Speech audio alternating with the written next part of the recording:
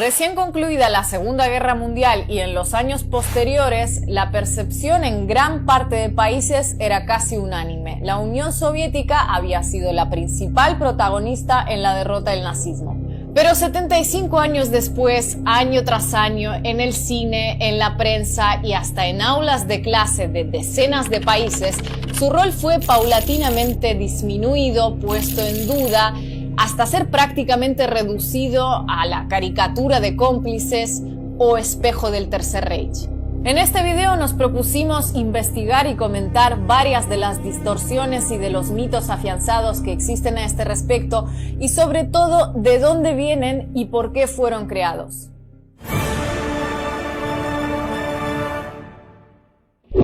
En la mayor parte de la opinión pública mundial, el desembarco de Normandía en junio de 1944 quedó instalado como el punto de inflexión de la guerra, aunque todos los elementos históricos demuestran que, sin dejar de ser un momento fundamental, las claves estuvieron mucho antes y a miles de kilómetros de allí. Estados Unidos no solo retrasó su entrada en el conflicto hasta cuando ya estaba muy avanzado, sino que encima su ingreso en el principal teatro de operaciones, Europa, llegó incluso más tarde. En sus primeros 6 meses de participación en la guerra, Estados Unidos destinó el triple de soldados a su enfrentamiento contra Japón en el Pacífico que los que destinó a socorrer al Reino Unido o a liberar a Francia o Italia. Para cuando equilibró su presencia militar entre el Pacífico y Europa a mediados de 1942, la Unión Soviética llevaba un año completo sufriendo la invasión nazi, que había llegado a las puertas de Moscú, ciudad que no pudieron conquistar tras 4 meses de combates. Para esas fechas, Leningrado llevaba 9 meses asediada y bombardeada.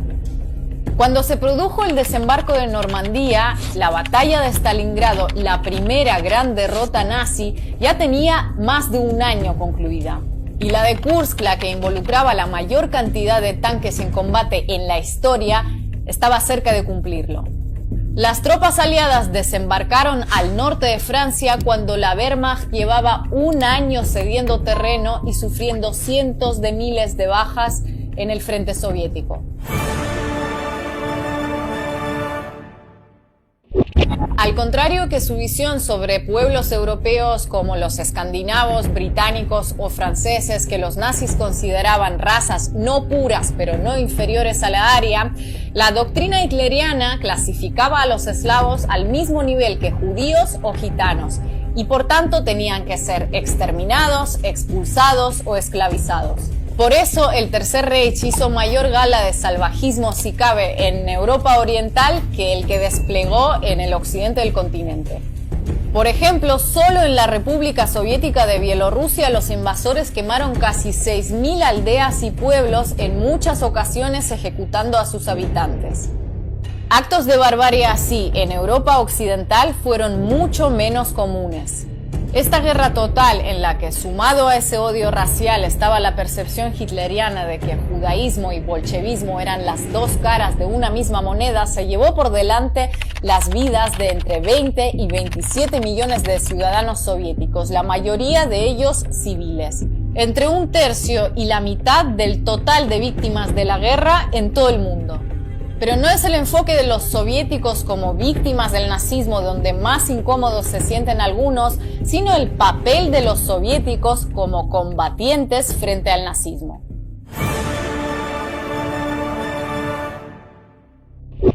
Al mismo tiempo que en Normandía 91 divisiones occidentales aliadas se enfrentaban a 65 divisiones alemanas en un frente de 400 kilómetros, en el este 560 divisiones soviéticas combatían contra 235 divisiones alemanas a lo largo de 3.000 kilómetros. Alrededor del 70% de todas las muertes de los soldados alemanes en combate a lo largo de toda la guerra se produjeron en el frente oriental, en contraste con el 15% en el occidental. Solo en los 200 días que duró la batalla de Stalingrado fallecieron 800.000 soldados del eje, entre alemanes y sus aliados. En un conflicto tan sangriento no se puede negar el papel de ninguno de los países que en conjunto le hicieron frente a Hitler, ni el del Reino Unido, ni el de Estados Unidos, ni el de Francia, ni el de ningún otro. Por eso es aún más difícil de entender cómo en tantos países se ha logrado retorcer y manipular la participación soviética. Porque los datos están ahí. Y como no se puede negar el papel fundamental del Ejército Rojo en la Segunda Guerra Mundial, entonces se admite, pero poniendo cuantas sombras de duda y distanciamiento pueden. Sí, sufrieron mucho, pero... Sí, lucharon mucho, pero...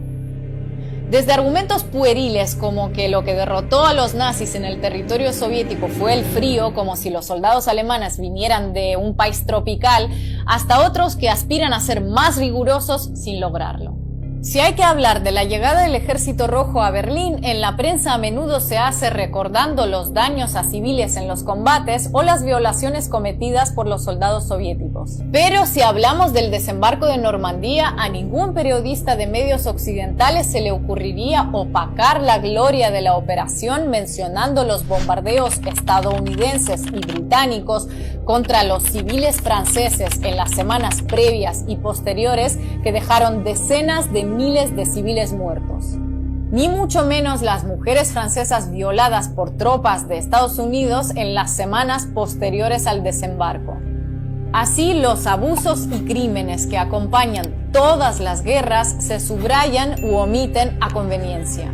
Pero lo de presentar unos datos e ignorar otros no solo se aplica al transcurso de la guerra, sino también a los sucesos previos al conflicto.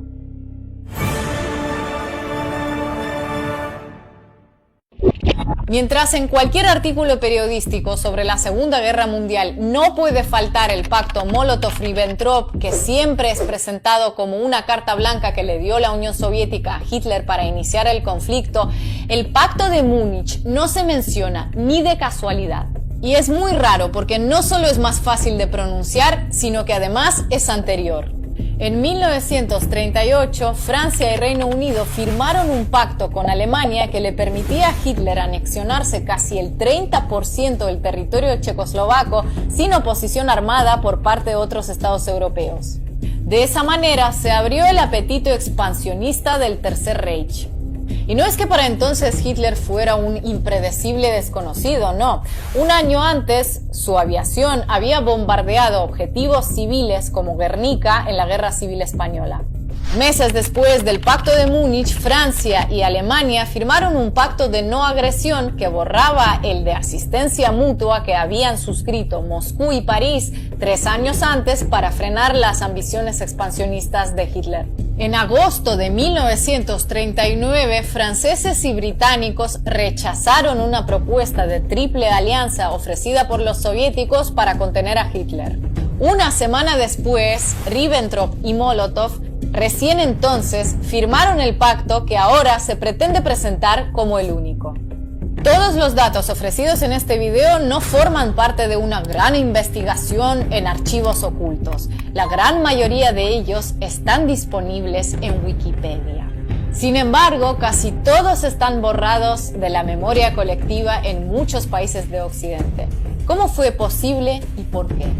Tras el final de la contienda y la división de Alemania, los que fueron aliados circunstanciales durante casi 5 años comenzaron a distanciarse y pronto terminarían directamente enfrentados durante el periodo de la Guerra Fría. En la narrativa que impuso esa nueva realidad geopolítica se recurrió a todo aquello que pudiera ser usado como un arma propagandística contra el enemigo, y las interpretaciones sobre la Segunda Guerra Mundial no fueron una excepción. Pero ese conflicto latente terminó hace 3 décadas y, sin embargo, tras el derrumbe del telón de acero se siguió en la misma línea, pese a la desintegración de la Unión Soviética y la entrada de algunas de sus exrepúblicas en el área de influencia occidental, o tal vez debido a eso. En el cine, en la literatura, pero también en los medios y en el discurso político, por activa o por pasiva, se terminó imponiendo una única visión. El final de la confrontación entre dos grandes bloques ideológicos no desembocó en la búsqueda de un consenso sobre lo sucedido, sino en una lectura aplastando a otra. Hoy en muchas conversaciones, diarios, declaraciones políticas, la equiparación del papel jugado por la Unión Soviética y el Tercer Reich antes y durante la guerra es casi total, prácticamente una certeza de rango histórico que incluso es respaldada por resoluciones en el Parlamento Europeo. Y en este afán igualador, algunos terminan involuntariamente equiparándose al régimen nazi.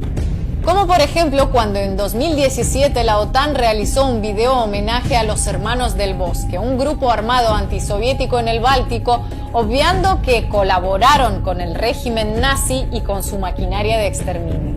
Y si mantener este tipo de narrativa resulta tan vital 75 años después de la rendición del Tercer Reich, no es por un deseo de convencer a historiadores, sino porque resulta clave a la hora de tomar y justificar medidas en la geopolítica actual.